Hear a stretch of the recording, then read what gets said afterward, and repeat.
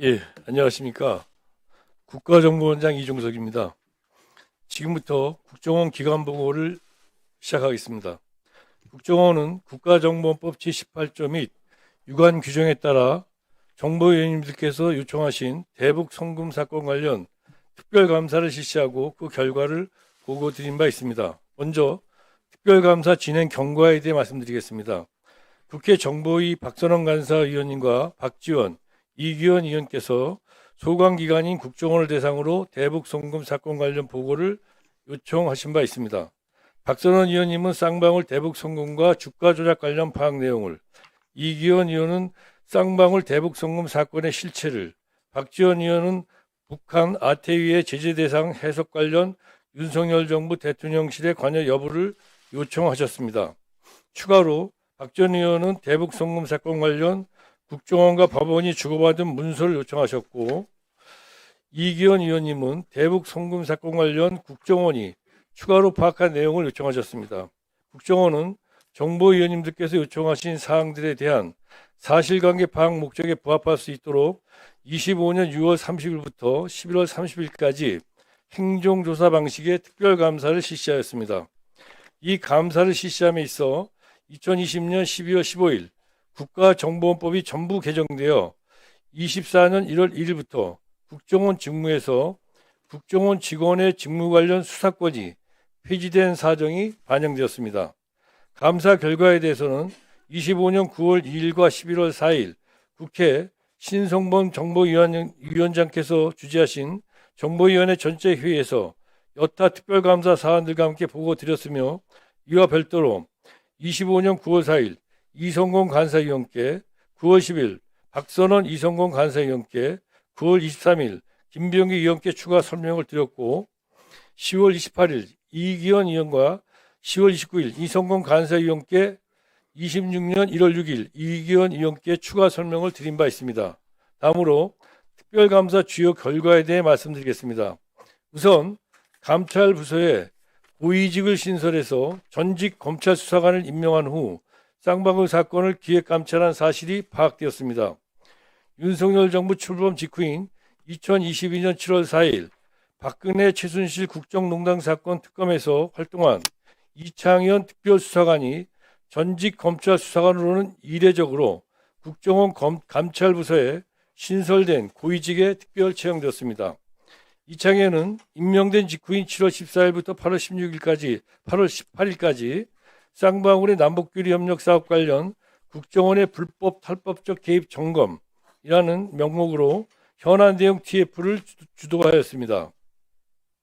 이 TF는 쌍방울의 남북교류 협력법 위반에 대해 국정원의 차장급 고위 간부의 방관 의혹이 있다고 결론을 내린 후 8월 2일 수사기관 통보를 추진하였으나 알 수 없는 사유로 통일부에 통보하는 것으로 처리되었습니다.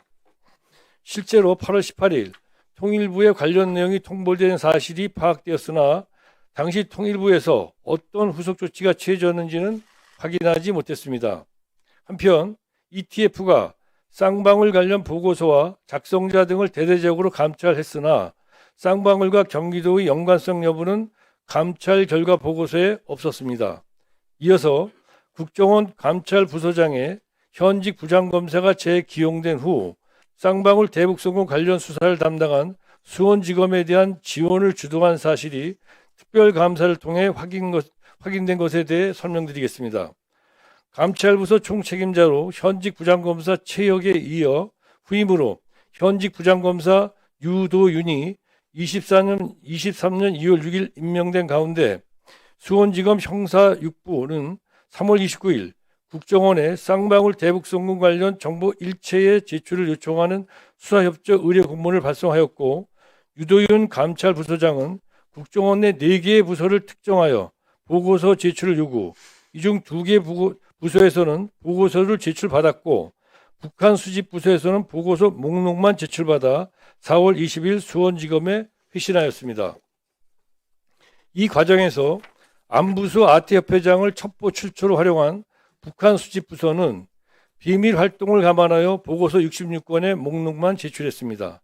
그런데 유도현 부서장은 북한 수집부서에 수원지검에 제출한 보고서 목록 66건의 원문을 요구하였고 5월 3일까지 직접 열람하고 이 중 13건을 특정한 후 압수수색에 대비하여 미리 빈직 조치하라고 5월 10일 지시했습니다. 이후 수원지검은 5월 18일 압수수색 영장을 발부받아 유도윤 부서장이 사전에 특정한 13건만 정확히 제출받은 것으로 확인되었습니다. 이 같은 임의 제출과 압수수색 과정에서 쌍방울 대북송금 사건을 균형 있는 시각으로 바라볼 수 있는 국정원 내부 여타 자료들은 누락되었고, 특히 감찰부서가 수원지검의 긴밀한 창구 역할을 하면서도 정작 쌍방울과 경기도의 연관성은 확인하지 못한 이창현 특별수사관이 주도했던 감찰기의 결과 보고서는 수원지검에 공식 제출하지 않은 것으로 확인되었습니다. 다음으로 윤석열 정부 공직기강 비서관실이 대북송금 사건에 대한 관여를 시도한 사실이 밝혀졌습니다.